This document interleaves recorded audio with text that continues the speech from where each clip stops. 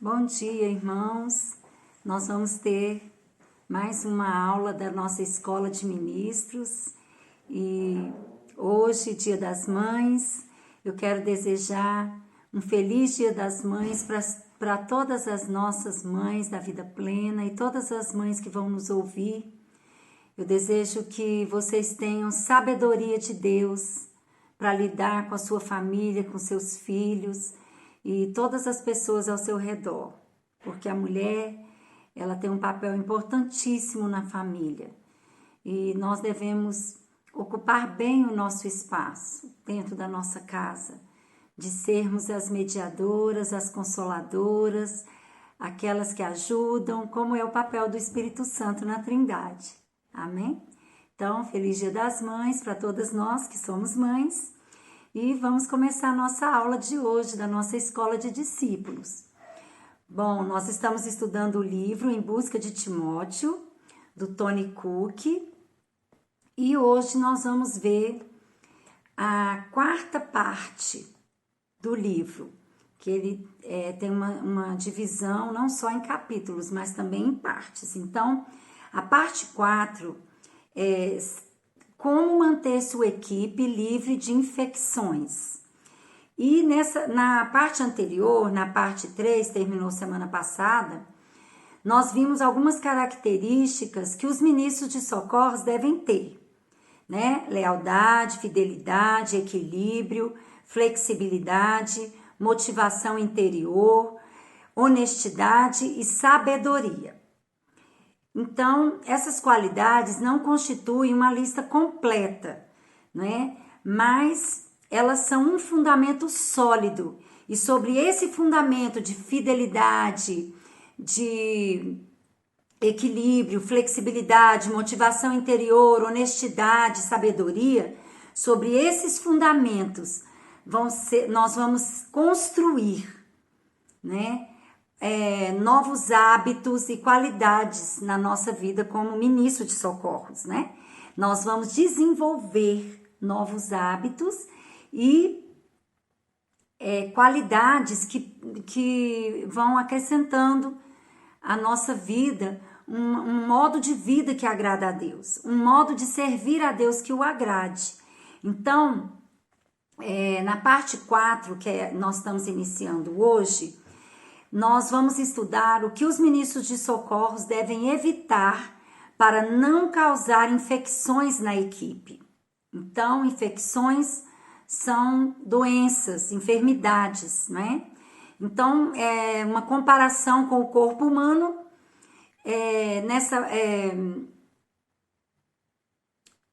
a infecção ela é causada por bactérias ou por vírus, e nós vamos ver o que pode ser comparado a bactérias e vírus dentro da igreja, nas equipes de trabalho, no meio dos ministros de socorros. Então, nessa parte, nós vamos definir o que é uma infecção na equipe e como evitar essas infecções. Então, nós vamos ver também exemplos bíblicos de pessoas que no ministério agiram mal e o que esse mau comportamento causou nas suas vidas e nos seus ministérios. Então, nós vamos hoje para o capítulo 29 do livro. Esse capítulo tem por título Evitando a Infecção na Equipe.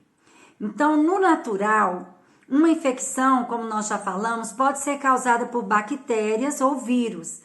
E essas bactérias ou esses vírus, eles vencem as defesas do organismo e podem causar enfermidades. Então, infecções.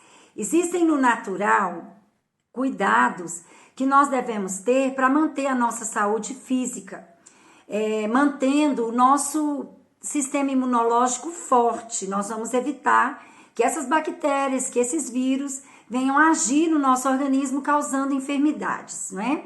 Infecções. Então, o que a gente pode fazer para o nosso sistema imunológico humano ficar forte? Uma boa alimentação, prática de exercícios físicos adequados, né? Um descanso adequado também, saber lidar com o estresse, tudo isso vai contribuir para o nosso sistema imunológico ficar forte, para a gente não dar condições desses vírus e bactérias agirem no nosso organismo. Então, um sistema imunológico forte, ele permite ao corpo lutar contra essas invasões, né? Contra essas infecções que vão nos causar mal. Mas, se o sistema imunológico estiver fraco, a pessoa vai estar exposta às enfermidades. Então, no corpo de Cristo, que é a igreja, que somos nós somos o corpo de Cristo, a gente, da mesma forma, precisa ter um sistema imunológico forte no corpo de Cristo, que é a igreja, que somos nós. Então, para evitar as infecções nas equipes de trabalho. Essas infecções nas equipes dentro do corpo de Cristo são causadas por certos tipos de bactérias. E os ministros de socorros normalmente, né, começam seu serviço na igreja com alegria, com entusiasmo, mas com o passar do tempo, eles acabam tendo que enfrentar lutas internas, lutas interiores, para poder manter uma boa atitude e uma visão positiva do serviço, do trabalho que está sendo feito na igreja. Então, às vezes, uma equipe ou um grupo inteiro pode ser afetado, causando desânimo, o que pode debilitar o ministério da igreja. Então, é algo muito sério. Nós precisamos cuidar individualmente, cada um de si mesmo, vigiar, orar, se manter saudável espiritualmente, emocionalmente, para que nós não venhamos ser o motivo da infecção na equipe que nós servimos na igreja, porque isso pode debilitar toda uma igreja. Então, a irritação é um fator que enfraquece o sistema imunológico. Então, e também enfraquece o sistema imunológico espiritual de uma equipe, o que torna a equipe vulnerável às infecções. Então, lidar com pessoas difíceis é uma das coisas mais cansativas e desafiadoras que um ministro pode encontrar. E essas pessoas difíceis de lidar fazem com que seja desafiador manter constante o nível de otimismo e de esperança no ministério.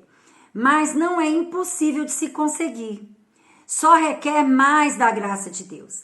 Existe uma graça para as pessoas que lideram, para os pastores, para os ministros de socorros. Existe essa graça liberada por Deus para que nós possamos lidar com pessoas que são difíceis, de convivência difícil, pessoas irritadas, pessoas que são nervosas, estressadas, né? E que causam transtornos dentro de uma equipe de trabalho na obra de Deus. Mas Deus, ele tem uma graça extra de que nós precisamos para a gente passar pelos conflitos de uma forma construtiva. Então, num livro de G. Douglas Lewis, ele disse assim: a opção para os seres humanos não é se eles vão passar por conflitos ou não.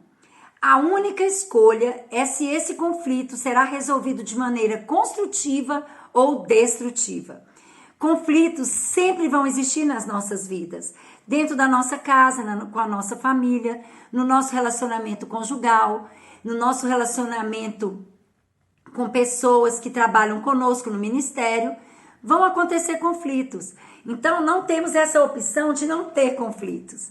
A nossa opção é escolher passar por esses conflitos de forma construtiva, fazer com que eles tragam boas lições para nós e que nós saibamos administrar esses relacionamentos difíceis.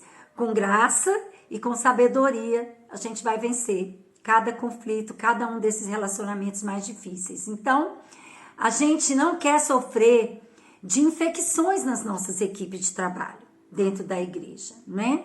Então, essas infecções podem ser causadas por frustrações em lidar com essas pessoas difíceis. Então, nós vamos garantir que nós nunca seremos essas pessoas difíceis, que desafiam a paz e a alegria dos outros. O importante é cada um se esforçar, buscar um crescimento, um amadurecimento espiritual para que não seja essa pessoa difícil de lidar. Eu vou buscar ser uma pessoa de fácil relacionamento, uma pessoa que facilita o trabalho, que ajuda a manter a paz, a alegria da equipe. Então, não sejamos essas pessoas. Vamos buscar isso, para a gente não ser os dificultadores, mas os facilitadores da nossa equipe. Então, os pastores, eles têm uma quantidade enorme de problemas, de desafios, de dificuldades para lidar ao cuidar de uma igreja, né? Nós, pastores, enfrentamos todos os tipos de dificuldades, nós sabemos de problemas de todos, dificuldades de todos, então nós temos essa visão das coisas que as pessoas estão enfrentando. E nem sempre os membros da equipe têm esse conhecimento desse lado que nós temos. Então, muitas vezes não entendem a maneira dos pastores agir com determinadas pessoas, mas porque não sabem do todo, sabem só de uma parte. Então, graças a Deus, a maioria das pessoas da igreja são maravilhosas. Elas oferecem o apoio que nós precisamos, como pastores, como líderes. Então, nós temos pessoas, a grande maioria, maravilhosos, pessoas que dão apoio para o ministério, para nós, até pessoalmente para nós recebemos muito apoio. Então, as pessoas insubmissas, elas expressam essa falta de apoio. Nós temos aqui uma lista, pode ser uma coisa ou outra, pode ser todas, podem ser algumas, né? E se algumas dessas coisas se encaixam no nosso comportamento, vamos buscar, orar, pedir para o Espírito Santo nos ajudar a nos libertar desse tipo de comportamento, para que a gente não seja essa pessoa insubmissa dentro do ministério. Então, aqui nós temos uma pequena lista. As pessoas expressam essa falta de apoio dessas maneiras, algumas delas. As pessoas que são assim, elas são críticas, só reclamam, demonstram sua insatisfação se tornando agressivos ou passivos, não fazem nada. Querem e exigem que tudo seja feito do jeito deles. São negativos, pessimistas, e essas pessoas espalham esse descontentamento entre os outros, contaminando os outros membros da equipe ou da igreja. Se comprometem, mas não cumprem o que comprometem. Fazem fofocas e comentários pelas costas dos pastores ou dos seus líderes, ainda que na frente finjam que estão com o seu líder ou com o seu pastor. Talvez na frente da liderança tenha um comportamento e nas costas age de outra forma. Então são pessoas que são fingidas, falsas. Nós devemos ver se algum desse comportamento está acontecendo na nossa vida. Vamos pedir a ajuda do Espírito Santo para a gente vencer isso. Porque nós precisamos crescer, nós precisamos ir para frente, ir para cima. E se nós ficarmos presos a essas picuinhas, a esses comportamentos que não levam a nada e que ainda estão influenciando mal outras pessoas na igreja ou na nossa equipe, isso vai atrapalhar muito a nossa vida espiritual. A gente vai ficar como que freado para poder prosseguir na nossa caminhada cristã. Então, a gente precisa vencer esses comportamentos errados. Assim, a gente vai ser um benefício para os nossos líderes e não uma fonte de frustração para eles. Eles vão orar por nós e vão se alegrar com o nosso apoio, com a nossa ajuda, né? E nós vamos ser fáceis de lidar. Amém? Então, não seremos uma fonte de frustração. Outras causas de infecções nas equipes de trabalho e dentro do ministério. 3 coisas, e nós vamos falar individualmente de cada uma delas. Fadiga ou cansaço, bajulação e frustração. Então, esses são fatores que também enfraquecem o sistema imunológico do corpo de Cristo e tornam as equipes mais suscetíveis às infecções. O que é a fadiga? A fadiga ela pode ser física, mental, emocional ou espiritual. Muitas vezes na nossa vida a gente se sente assim, cansado. espiritualmente, mentalmente, por estar usando muito esforço mental que a pessoa faz no trabalho, nos estudos. É a fadiga física, porque trabalha muito pesado. É emocional, porque está passando por crises, por dificuldades, não é? Então, nós devemos nos resguardar desse mal no nosso trabalho para Deus. Se estamos assim, nós devemos pedir a ajuda do nosso líder, do nosso pastor, explicar o que nós estamos passando e pedir ajuda ou pedir um tempo para descansar. Não é pecado, não é problema nenhum nós chegarmos no nosso líder e pedirmos esse tempo. Me dá um tempo, essa semana eu não posso. Nós já ouvimos isso de pessoas que foram convidadas para ministrar, para dar aula, ou para pregar num culto ou em outro, e a pessoa, pastor, eu não posso, eu estou sobrecarregado de trabalho, eu estou cansado, eu estou sentindo isso no meu corpo. Essa semana não, mas na outra o senhor já pode me escalar que eu vou. Nós vamos entender. Todo líder entende, você só precisa explicar, conversar o que você está passando, né? Então, em Gálatas 6:9, na Nova Versão Transformadora, diz assim: portanto, não nos cansemos de fazer o bem. No momento certo, teremos uma colheita de bênçãos, se não desistirmos. É melhor a gente ter tempo para descansar e não desistir do que desistir de tudo porque está cansado. Então, não vamos desistir de fazer o bem, porque no tempo certo nós vamos colher, nós vamos ter colheita de muitas bênçãos na nossa vida. Então, o cansaço, ele às vezes nos deixa nervosos, menos tolerantes com as falhas dos outros. Quando a gente está cansado, a gente fica meio sem paciência. Então, mas essa fadiga, esse cansaço, não nos dá o direito de sermos mal educados. Porque estamos cansados, vamos ser mal educados, grosseiros, com a nossa equipe de trabalho, com as pessoas que convivem conosco. A gente precisa ver esses sinais de cansaço e nos cuidar. Procurar dormir melhor, procurar fazer coisas que nos relaxam, para que a gente alivie esse estresse, esse cansaço, essa fadiga, tá bom? Outra palavra aqui, né, outra coisa que acontece que também pode causar infecções, né, na equipe, é bajulação. Nós vamos ver o que significa isso no dicionário. Ato de elogiar alguém, na maioria das vezes, excessivamente ou sem sinceridade. Especialmente com o intuito de ganhar algo.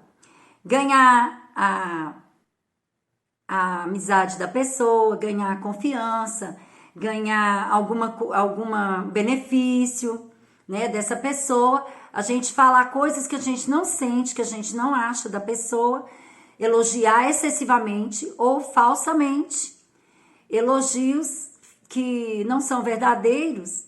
Isso se chama bajulação. Então, é algo que faz mal para a equipe, para o ministério. Nós precisamos ser sinceros. Então, não é errado você dar um elogio sincero. Não é errado se você realmente acha, você sente aquilo da pessoa, você percebe realmente aquilo na pessoa. Não é pecado você elogiar. Só não pode ser exagerado e nem falso, né? Se você não vê aquilo, né? Então você não deve falar, não deve elogiar, porque não é aquilo que você está sentindo, que você está vendo na pessoa. Não é errado também você dar uma palavra de encorajamento, uma palavra de afirmação para aquilo que você está vendo de positivo na pessoa. Você chegar e falar: eu acho tão legal seu jeito de fazer isso, eu acho tão bom seu jeito de tratar, seu jeito de falar, né? Se é realmente aquilo for verdade. Aí é bom, as pessoas também precisam disso, para ter um feedback de como elas estão agindo e se está sendo bom para os outros. É bom também, mas desde que seja sincero. Então, ministros de socorros devem tomar muito cuidado com pessoas bajuladoras. Um exemplo disso, né? Uma pessoa se aproxima de um ministro, ou um ministro de louvor, ou um ministro que prega na igreja, e diz assim: eu prefiro sua ministração do que a de fulano, ou do que a do pastor. Nossa, você prega melhor que o pastor. Olha, você ministra louvor melhor do que a liderança do louvor, né? Ah, você devia ter mais oportunidade na igreja. Você está sendo muito desperdiçado, o seu talento, né? Então, as ministrações na igreja, as coisas que a gente faz dentro da igreja uns para os outros, não é um show de talentos. Nós estamos sendo instrumentos de Deus, do Espírito Santo, para ministrar na vida das outras pessoas. Então, uma pregação, uma ministração do louvor, né? Quem está dirigindo o louvor, quem está tocando, quem está cantando, quem está dando aula para as crianças, quem está dando aula na escola de discípulos. Então, essas pessoas são instrumentos de Deus para passar essa unção, essa vida com Deus que a gente tem, que cada um deve ter, para as pessoas que estão ali recebendo da ministração. Não é show, não é show de talentos, não é uma apresentação. Então, isso é muito sério. Nós temos que ter muito cuidado com isso.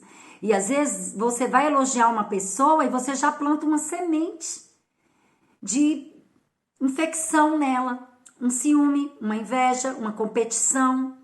E isso é péssimo dentro da igreja. Então, se você quer estragar uma pessoa, bajule. Porque você pode levar, se essa pessoa não for firme, se ela não tiver com um sistema imunológico espiritual muito forte, ela pode cair naquela tentação, né? Do ressentimento, da autopromoção, da inveja, do ciúme. Isso é sério dentro da igreja. Então, e também é uma questão de tempo para essa infecção se espalhar na equipe e se espalhar na igreja toda. Igrejas que têm esse espírito de competição, de ciúme, de inveja, é uma coisa horrível de se conviver. Um ministério assim. Então, nós precisamos ter cuidado para que a gente mantenha o nosso ministério saudável, livre das infecções. Outra coisa é a frustração. Outro fator que pode causar uma infecção. Acontece quando nós nos tornamos perfeccionistas e com expectativas fora da realidade. Às vezes a gente espera algo muito fora da nossa realidade e aquilo não acontece, a gente se frustra. E nós devemos ter cuidado com isso. Devemos ter expectativas em Deus, do que Ele pode fazer por nós e através de nós, mas não expectativas fora da nossa realidade, né? Então, tem coisas que vão chegando para nós gradativamente. Nós vamos nos preparando, vamos nos enchendo do Espírito, vamos estudando a palavra, Deus vai nos capacitando e Ele vai nos promovendo. E coisas vão acontecendo para cada um de nós, na medida de Deus, no tempo de Deus. Nós não precisamos achar que nós vamos ser perfeitos em tudo, porque ninguém é, né? Então, a gente tem que ter cuidado com isso para a gente não se frustrar. Quanto maior for a diferença entre o que nós esperamos e o que realmente acontece, maior vai ser a nossa desilusão ou a nossa frustração. Então, se a gente está com muita expectativa, muita esperança e aquilo não acontece, a gente se frustra. Temos que ter cuidado com isso. Então, pessoas que sofrem desse tipo de infecção se tornam críticas e acham defeito em tudo, porque elas têm as expectativas muito altas. Então, nunca chega naquele ponto de perfeição que elas estão esperando. Então, elas criticam as pessoas, criticam elas mesmas, criticam as equipes, criticam o trabalho que está sendo feito. E põem defeito em tudo e em todos. Então, para nos defender desse mal, a gente tem que lembrar de uma coisa: não existe igreja perfeita. Se existir e você for para ela, você vai estragar, porque você é imperfeito. Eu também, né? Então, enquanto houver seres humanos envolvidos, e isso nos inclui a todos, não vai haver perfeição, né? Então, se você tem uma frustração legítima, você foi frustrado, algo que foi legítimo, que você tem razão daquilo, você deve aprender a lidar com essa frustração de uma maneira madura, de uma maneira construtiva. Ora, fala com Deus. Senhor, eu tô me sentindo assim, eu acho que eu fui injustiçado nessa questão. Então, me ajuda, Senhor.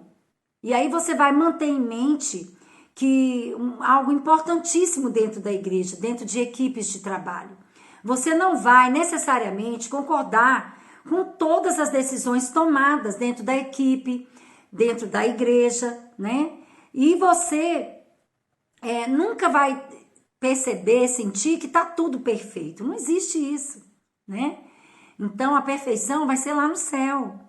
Aqui na terra acontecer falhas, vão acontecer problemas, vão acontecer coisas que não estão de acordo com o que a gente pensa, com a nossa opinião. Mas quando algo é decidido na igreja, pela maioria, pela diretoria da igreja, nós devemos aprender a respeitar aquela decisão. E se a gente não concordou, vamos orar, porque se não for aquilo que foi o certo, o Espírito Santo vai falar com quem está no controle de tomar as decisões, né? Então, você pode manter uma boa atitude, independente da circunstância, da situação. Nós podemos escolher ter uma atitude boa, construtiva, positiva. Então, procure focar no que é bom, no que é positivo e siga em frente pelo bem da equipe. Sabe? Foca nas coisas boas, nas qualidades, naquilo que está sendo bom para todos, né? Aquilo que é positivo e siga em frente. Se tiver que acontecer a mudança, o Espírito Santo vai mover para que aquela mudança ocorra. Então, a gente pode discordar sem ser desagradável. É muito difícil lidar com pessoas que falam de uma forma desagradável. Então, nós podemos falar as coisas de várias maneiras. E quando a gente busca sabedoria do alto, nós vamos falar o que a gente pensa, o que a gente sente, sem ser desagradável. Com a ajuda do Espírito Santo, nós vamos falar de uma maneira que as pessoas vão receber até a nossa crítica, até a nossa discordância. Então, tem umas palavras do Rick Renner em um dos livros dele que eu quero ler para vocês. Diferença de opinião faz parte da vida. Então, não leve em conta o quão pacífico e bondoso um líder em potencial aparenta ser agora. Pois mais cedo ou mais tarde, diferença de opinião vai acontecer. Pode ser a pessoa mais mansa, mais tranquila, mais cedo ou mais tarde, durante o trabalho, no desenrolar do trabalho, vão ter diferenças de opinião. Isso é uma coisa normal.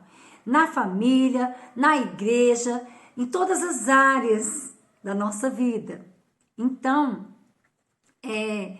dada a obrigatoriedade da diferença de opinião, é algo obrigatório, diferenças vão sempre existir, é muito melhor descobrir como um líder em potencial lida com conflitos e diferenças antes de colocá-lo em uma posição na liderança. Quando nós vamos escolher um líder, nós temos que prestar muita atenção como essa pessoa lida com conflitos, como essa pessoa lida com as opiniões divergentes da dela. Então, antes de colocar uma pessoa na liderança, nós precisamos observar isso. Mesmo assim, a gente erra. Mesmo assim, a gente vai lidar com líderes que não conseguem administrar essas divergências de opinião, esses conflitos, né? Então, se a gente descobrir que uma pessoa não consegue lidar com conflito, é melhor não usar essa pessoa como líder. Ela vai ter que ser tratada primeiro. Se ela não tem a maturidade de discordar e andar em unidade ao mesmo tempo, olha, às vezes a pessoa discorda de algo, mas ela consegue andar em unidade, mesmo não estando concordando, ela consegue manter a unidade. Mesmo tendo uma opinião diferente, ela consegue manter a unidade com o líder e com a equipe. E se essa pessoa não tem maturidade para discordar e andar em unidade ao mesmo tempo, ela não é madura o suficiente para estar numa posição de liderança. Isso é autoria do Rick Renner. É um parágrafo de um livro dele. Então, achei isso muito sério, muito importante. Se nós não soubermos enfrentar conflitos e sair deles de maneira positiva, sem criar animosidade, inimizade com a pessoa que participou daquele conflito, é por isso que pessoas se separam. É por isso que amizades são desfeitas, por isso que casamentos se desfazem. Porque as pessoas não conseguem discordar e manter a unidade ao mesmo tempo. Isso é um exercício diário, nós precisamos treinar a nossa mente, a nossa alma, porque se a gente deixar os sentimentos, as emoções tomar conta, nós vamos brigar com todo mundo que não concorda com a gente. não concorda, não pensa igual. E isso é a coisa muito difícil de acontecer, né? Então, conflitos obrigatoriamente vão acontecer, vão surgir na nossa vida. A gente precisa aprender a administrar isso com sabedoria e com maturidade, de uma forma positiva e construtiva. Então, a gente deve nos apegar ao que é bom nas pessoas e na equipe e não nos concentrarmos nos defeitos e nos problemas, para a gente não ser infectado. Amém? Então, discorde sem ser desagradável. Fale de uma maneira que a pessoa vai receber a sua opinião de uma maneira boa, não vai causar uma situação desagradável. Então, nós chegamos agora no capítulo 30 do livro. Olha aí. O título desse capítulo é Sob Influência, debaixo de influência. Então, uma infecção pode atacar até a melhor equipe. Pessoas muito espirituais, pessoas que oram, que se mantêm naquela postura, né, de espiritualidade. Pode acontecer infecções nessas equipes. Um exemplo é a equipe de Jesus, os discípulos, os apóstolos de Jesus, né? Então, a equipe de Jesus tinha Judas Iscariotes, que ele foi um mau exemplo, né? Ele é um mau exemplo na Bíblia. Satanás usou a proximidade que Judas tinha de Jesus para influenciar Judas a trair Jesus. E Judas traiu Jesus com um beijo. Então, tamanha era a intimidade, a proximidade que ele tinha com Jesus. Ele falou para os soldados romanos, aquele que eu beijar é ele. Então, pessoas muito próximas de nós podem nos trair, tanto no ministério como fora do ministério. Então, a gente vai ler o Salmo 55, versículo 12 a 14 e depois o versículo 21. Vamos ler. Salmo 55, 12. Não é meu inimigo que me insulta. Se fosse, eu poderia suportar. Não são meus adversários que se levantam contra mim. Deles eu poderia me esconder. É muito sutil isso, porque pessoas próximas de nós, que se passam por amigas, se passam por pessoas de confiança, essas são as que a gente fica vulnerável e permite que elas nos traiam, que elas façam coisas que nos prejudiquem por causa da confiança que a gente deposita nessas pessoas, não é? Antes é você, meu igual, meu companheiro e amigo chegado. Como era agradável a comunhão que desfrutávamos quando acompanhávamos a multidão à casa de Deus. Então, quem vai fazer o mal, quem vai te trair, quem vai me trair, são pessoas próximas. Porque uma pessoa estranha lá da rua, se ela me falar um desaforo, se ela me causar um prejuízo, vou resolver da maneira que deve, né? Eu vou procurar a justiça, eu vou resolver perdoar, deixar pra lá, nem me conheço, deixa pra lá, aquilo eu saio dali, nem sinto nada, porque era uma pessoa que não me afetava em nada. Mas uma pessoa próxima, uma pessoa da família, uma pessoa da igreja, irmão em Cristo, isso é o que nos abala, nos afeta, nos entristece, causam infecções na nossa vida, na nossa equipe, no corpo de Cristo, né? Então, o versículo 21.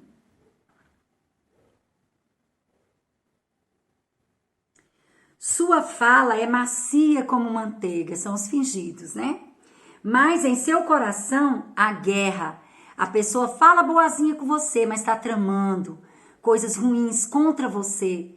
E nas suas costas fala mal de você, te critica.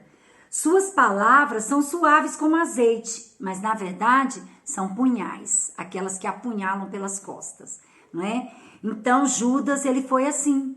Ele era íntimo, ele era chegado. Jesus, com certeza, Jesus sabia o que ia acontecer, mas mesmo assim, Jesus o amou, Jesus chamava ele de amigo. Até na hora de Jesus falar da traição, ele falou, amigo, com um beijo você trai o filho do homem, né? Ainda chamou de amigo até a última hora. Então, o ministro de Socorros, ele nunca deve se aproveitar dessa proximidade com o seu líder para atrair a sua confiança. Sabe, a gente aprendeu nos outros capítulos atrás, né, sobre a fidelidade, sobre você ser uma pessoa fiel, digna de confiança. Você ser pessoa digna de confiança é algo maravilhoso nessa terra, porque está muito raro. As pessoas estão traindo por qualquer motivo. Então, nós que somos filhos de Deus, nós devemos ter essa qualidade do nosso Pai. Deus é bom, Deus é fiel, Ele não trai a nossa confiança nele. Então, nós também não podemos nos aproveitar da proximidade das pessoas para atrair a confiança delas, não é? Então, fingir afeição, fingir lealdade, enquanto por trás nós menosprezamos o nosso líder. Então, isso é o cúmulo da traição. Você fingir na frente e trair pelas costas, né? Então, outros discípulos também, além desse fato, né, de Judas Iscariotes, porque tem o Judas que não traiu Jesus, né? Então, outros discípulos também causaram infecção na equipe de Jesus. E isso acontece quando a gente se deixa influenciar, a gente se deixa operar debaixo de uma influência errada. Quando você está lá trabalhando, você está fazendo a obra de Deus, você está fazendo o que te foi determinado, qual é a sua função no corpo, você está executando a sua função. Mas no interior, sua motivação errada, você está debaixo de uma influência errada. Né? Influências erradas não vêm de Deus, vêm do inimigo. E nós precisamos vigiar. Então, muitas vezes nós damos lugar à carne, a gente se deixa levar pela nossa própria vontade, pelas nossas emoções e agimos na carne. Dentro da igreja, dentro do ministério, no trato com a nossa equipe, uns com os outros, a gente age na carne. Responde mal, faz pirraça, chega atrasado para prejudicar a equipe, ou fala que vai e não vai, avisa de última hora para que a pessoa fique em situação difícil, né? Quem está cuidando ali, quem está liderando, fica numa situação difícil, porque um falhou. Então, muitas vezes nós damos lugar à nossa carne. Eu quero contar aqui um testemunho meu para vocês. No início do ministério, um dia aqui na nossa casa, eu tive um problema com o Jorge, um conflito de marido e mulher. E eu ia pregar na igreja no domingo. Aí eu fiquei com aquela raivinha, minha carninha subiu, apareceu, as unhas botou de fora. E eu peguei pra pirraçar ele. Eu falei, não vou pregar domingo. Vou falar pro Jorge que ele se vira para arrumar outra pessoa, ele prega, eu não vou. E eu não acho isso bonito, eu tenho muita vergonha do que eu fiz, mas eu quero contar para vocês, porque o Espírito Santo me lembrou disso agora. E aí, o Jorge chamou outra pessoa do ministério para trazer a palavra no domingo, e na hora, eu tava me achando, eu tava por cima.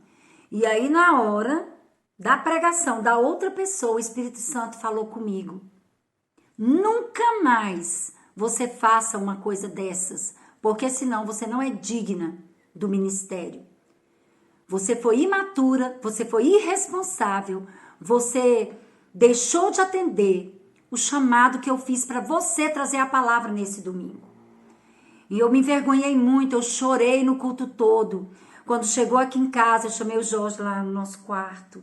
Aí eu falei, amor, eu quero te pedir perdão pelo que eu fiz esse fim de semana. E também não falava com ele não, fiquei de bico, fiquei emburrada com ele, né? E aí pedi perdão, falei, eu tô muito envergonhada. Eu quero te dizer que eu nunca mais vou fazer isso. Pode acontecer o que for com a gente. O que eu tiver que fazer na igreja, eu vou fazer de boa vontade, com responsabilidade, com todo amor, com maturidade, porque Deus me chamou para esse lugar, para essa posição. Então, meus queridos, não deixe a pirraça, a raiva, a irritação. É porque você desentendeu com seu líder por algum motivo. Aí você vai fazer corpo mole, pegar para fazer a obra de Deus com mão mole. Deus me livre, que coisa horrorosa. Não pega com mão mole, pega com a mão firme. Faz a obra de Deus com dedicação, com diligência. Porque a nossa recompensa vem de Deus. não vem do nosso líder, né? E aí, então, a partir daí, foi bem no comecinho da vida plena. Eu nunca mais fiz isso, viu, gente? Então, vocês tomem isso como exemplo. E eu me consertei com o meu líder, né? Com o meu pastor, me consertei com o meu marido e a paz voltou a reinar. Amém? Então, às vezes a gente dá vazão à nossa personalidade. Eu sou assim, comigo é assim. Eu falo mesmo, eu falo a verdade e tal. Só que a palavra diz em João 1:14 que Jesus, ele era cheio de graça e de verdade, né? Então, nós vamos falar primeiro, nós vamos chegar com a graça e depois nós vamos falar a verdade. Não precisamos ofender ninguém para falar o que a gente pensa, nem para falar a verdade. Com jeitinho, com graça, nós vamos passar o que nós sentimos, o que nós pensamos e falar a verdade em amor. Falar a verdade em amor é o segredo da gente não causar infecção nos nossos relacionamentos, amém? Então, pelo menos 3 ocasiões, os discípulos discutiram a respeito de quem era o melhor. Eles queriam saber quem era o tal, quem era o melhor da equipe de Jesus. Então, em Lucas 22, de 24 a 27, nós vamos ver um exemplo disso, né? Lucas 22,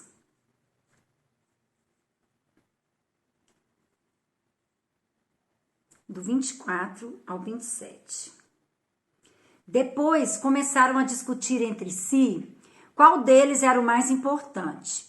Jesus lhes disse: neste mundo, os reis e os grandes homens exercem poder sobre o povo e, no entanto, são chamados de seus benfeitores. Entre vocês, porém, será diferente. Que o maior entre vocês ocupe a posição inferior e o líder seja o servo. Quem é mais importante, o que está à mesa ou o que serve? Não é aquele que está à mesa, mas não aqui. Pois eu estou entre vocês como quem serve. Amém? Então, Jesus, ele falou, né, que ele veio para servir e não para ser servido. Você quer ser importante na obra de Deus, no reino de Deus, seja aquele que serve, sabe? Não seja aquele que só quer ser servido, e ainda critica quem está fazendo, não faz nada e ainda critica quem está fazendo. Não ache que isso é ser o mais importante. O mais importante é aquele que pega no chifre do boi para fazer as coisas acontecerem, né? Que apoia, que ajuda, que faz tudo para que o culto aconteça, a igreja prospere, a obra de Deus seja realizada com sucesso. Amém? Esses são os importantes. Então, os discípulos de Jesus, que foram os escolhidos para ser a igreja primitiva, para levar a palavra primeiro do que todos. Eles tinham essas coisas, né? Quanto mais nós aqui, depois de tanto tempo, nós precisamos ter cuidado para não querer ser o melhor do que os outros, o mais importante. Não ter, né, esse espírito de comparação, de competitividade, porque sempre vai ter alguém que faz melhor do que nós, vai ter alguém que faz pior, vai ter alguém melhor do que nós, vai ter alguém pior, mas não cabe a nós fazer esse julgamento, né? Então, nós vamos fazer o nosso melhor, amém? Então, se a gente permitir isso, vai acontecer contendas, sabe? Onde tem competição, onde tem comparação, vai haver contenda. Então, nós não fomos chamados para isso. Onde existe contenda, Deus não ordena a bênção. Deus ordena a bênção onde há comunhão, unidade. Na unidade dos irmãos, Deus ordena bênção e vida. Então, para não ter infecção, para não ter doença que venha causar morte, nós precisamos vigiar e não ter esse espírito de competitividade e de comparação, tá bom? Então, a gente precisa concentrar em obedecer a Deus, em focar no que Deus nos chamou para fazer. Se cada um cuidar de si e ajudar os outros, vai dar tudo certo na igreja, né? Então, Deus, ele não nos chamou para focar na vida dos outros. Deus deu vida para cada um cuidar da sua. A gente tem uma doutrina na vida plena de que se você não ficou sabendo de algo, é porque aquilo não é da sua conta. Se fosse da sua conta, você seria o primeiro a ser chamado para conversar, né? Então, se é algo que você não ficou sabendo, não fica procurando saber, sabe? Fica quietinho na sua, ore. Peça para Deus ajudar aquilo a ser resolvido. A pessoa que está passando por dificuldade superar, crescer.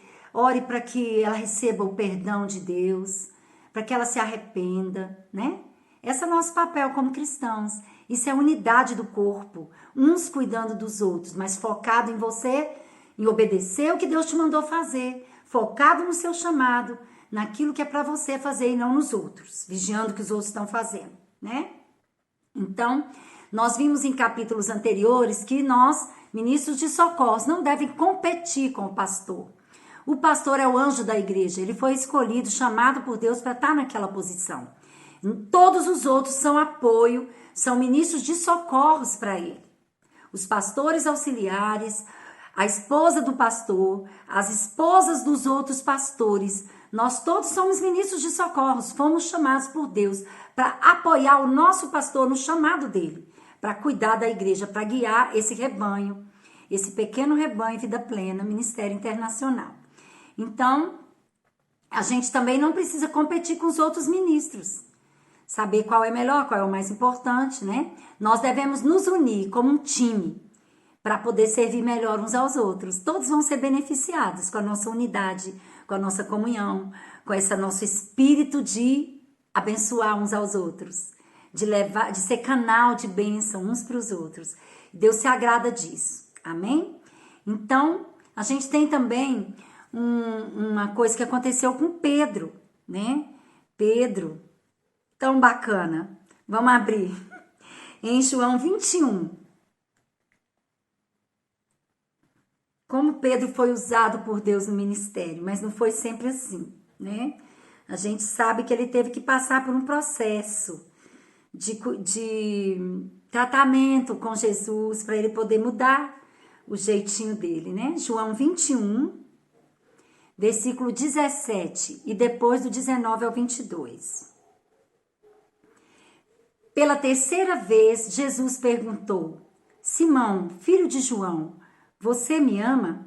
Pedro ficou triste porque Jesus fez a pergunta pela terceira vez e disse: o Senhor sabe todas as coisas, sabe que eu o amo. Jesus disse: então, alimente minhas ovelhas. E do 19 ao 22. Jesus disse isso para informar Pedro com que tipo de morte ele iria glorificar a Deus. Então Jesus lhe disse: siga-me. Pedro se virou e viu atrás deles o discípulo a quem Jesus amava. Isso é João falando dele mesmo, porque nós estamos no Evangelho de João. E João se denominava o discípulo que Jesus amava. Aquele que havia se reclinado perto de Jesus durante a ceia e perguntado: Senhor, quem o trairá? Pedro perguntou a Jesus: Senhor, e quanto a ele? Jesus respondeu: se eu quiser que ele permaneça vivo até eu voltar, o que lhe importa? Quanto a você, siga-me. Então, João perguntou para Jesus lá na mesa da ceia quem que ia traí-lo. E agora aqui Pedro está falando com Jesus: e João? O senhor está falando aí que é para eu apacentar as ovelhas, o que João vai fazer? Aí Jesus falou para Pedro: se eu quiser que João fique vivo até eu voltar, o que você tem com isso? Ele, mais ou menos traduzindo para a nossa linguagem atual, é isso que Jesus falou para Pedro, né?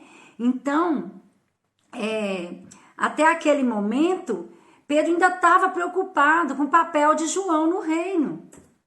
E aí, no versículo 21, era a comparação vindo à tona novamente. Ou esse espírito vindo à tona na equipe de Jesus, através de Pedro. E quando Jesus disse para Pedro: apacenta as minhas ovelhas, Isso estava dizendo respeito à compaixão pelos outros. Pedro se preocupa em cuidar das pessoas que não conhecem o evangelho, que não foram salvas. Se preocupa em apacentar as minhas ovelhas. Cuidar dos outros. Tenha compaixão daqueles que não me conhecem como você conhece. Né? Se preocupa com João, não. João tem o trabalho dele. Tem o chamado dele. Né? Eu que sei o que João vai fazer. Você não precisa se preocupar com isso. Né?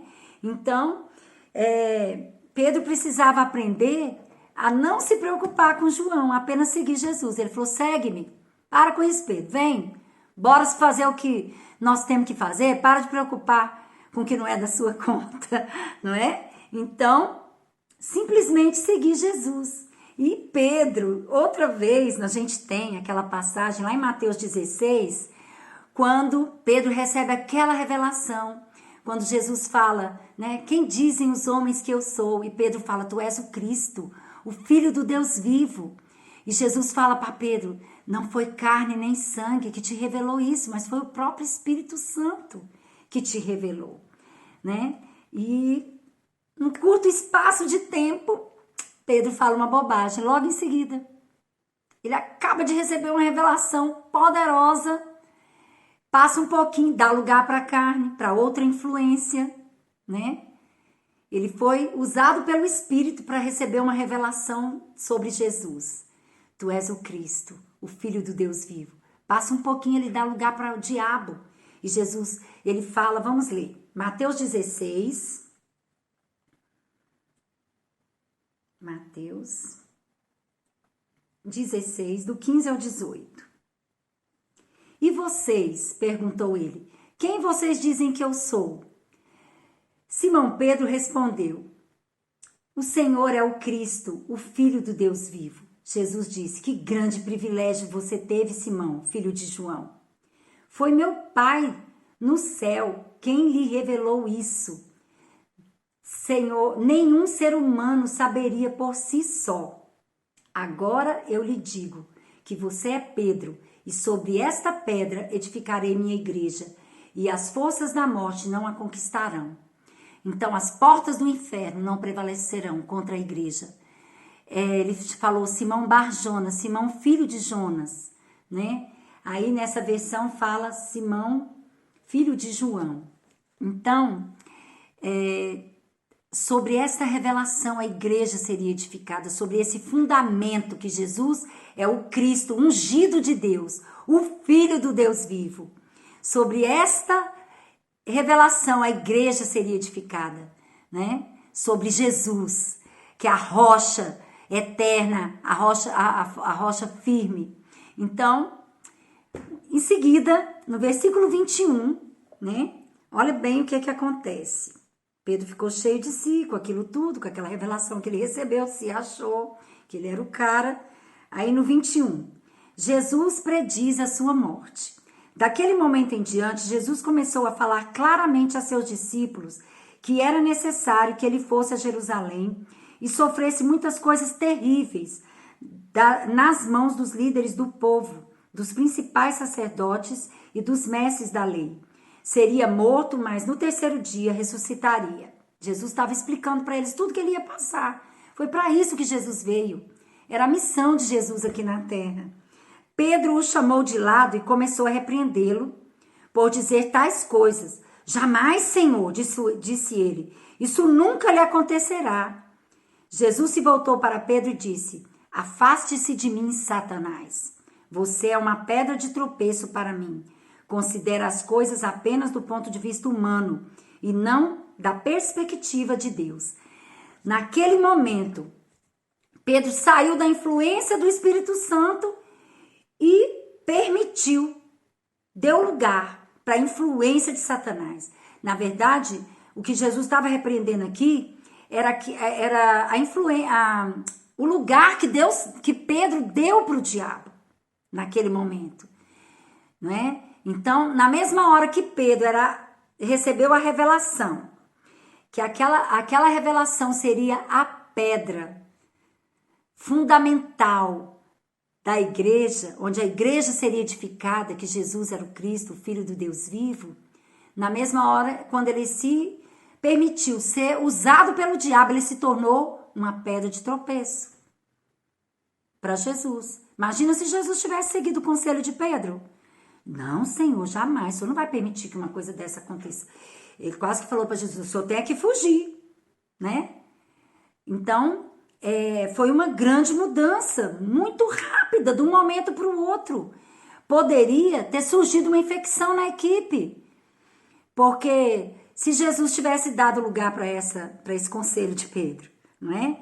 Então, em outras ocasiões, né, em outra ocasião, Jesus teve que corrigir João, porque ele teve uma atitude de exclusividade, de superioridade com relação ao ministério. Em Marcos 9, 38 e 39.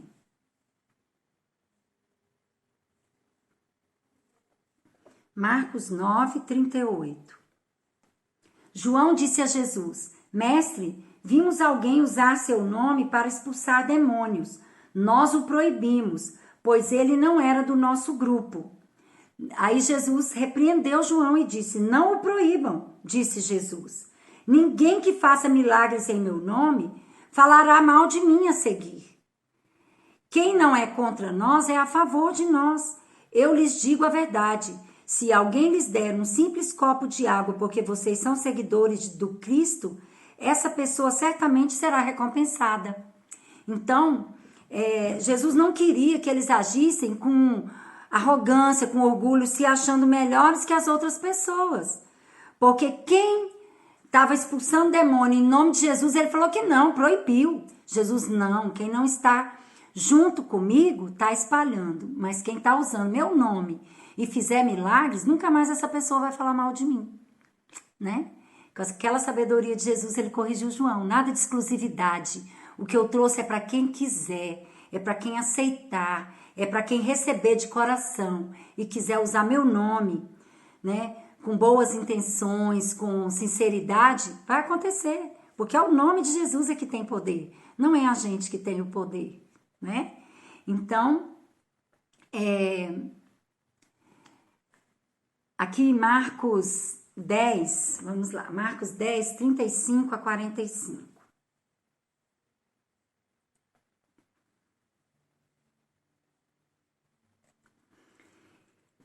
Então Tiago e João, filhos de Zebedeu, vieram e falaram com ele, Mestre, queremos que nos faça um favor. Que favor é esse? Perguntou ele. Eles responderam, quando o Senhor se sentar em seu trono glorioso, queremos nos sentar em lugares de honra ao seu lado, um à sua direita e outro à sua esquerda. Jesus lhes disse, vocês não sabem o que estão pedindo. São capazes de beber do cálice que beberei? São capazes de ser batizados com o batismo com que serei batizado? Somos, responderam eles. Então Jesus disse, de fato vocês beberão do meu cálice e serão batizados com o meu batismo. Não cabe a mim, no entanto, dizer quem se sentará à minha direita ou à minha esquerda. Esses lugares serão daqueles para quem eles foram preparados. Então, essa atitude deles, quando os outros 10 discípulos ouviram o que Tiago e João haviam pedido, ficaram indignados. Ué, o que eles estão pensando? Um senta à direita, o outro à esquerda no trono, ao lado de Jesus, lugar de honra? Quem eles estão pensando que são? Melhores do que nós? Olha que tipo de pensamento, de desejo, que pode semear contenda, semear infecção numa equipe, né? Então, Jesus, lá em Marcos 3,17, ele chama Tiago e João de filhos do trovão. Ele botou esse apelido neles, filhos do trovão. Então, ele não descartou esses dois, Jesus não descartou Tiago e João por eles serem tempestuosos, porque filhos do trovão dá a entender que eles eram barulhentos, eles eram, faziam, né, bagunça, faziam tempestades, né? Eram filhos do trovão. Então, pessoas que são naturalmente descomedidas, pessoas que metem o pé pela mão por qualquer coisa, elas são inclinadas a fazerem escândalos. E elas têm uma tendência de causar infecção na equipe. Pessoas que são assim, não têm equilíbrio, não têm a palavra, não são comedidas, não pesam as suas palavras, não pesam as suas atitudes, não medem as palavras, né? Então, essas pessoas são fadadas a causar infecção na equipe. Mas Jesus, ele não descartou esses dois, mesmo eles tendo pedido essa coisa tão absurda, né? Quando eles deram espaço para a influência correta, quando eles foram sendo trabalhados por Jesus, né, pelo Espírito Santo também, eles foram rápidos em transformar as suas personalidades fortes, né, em uma força poderosa para Deus. Pessoas que têm essa personalidade forte, quando elas se permitem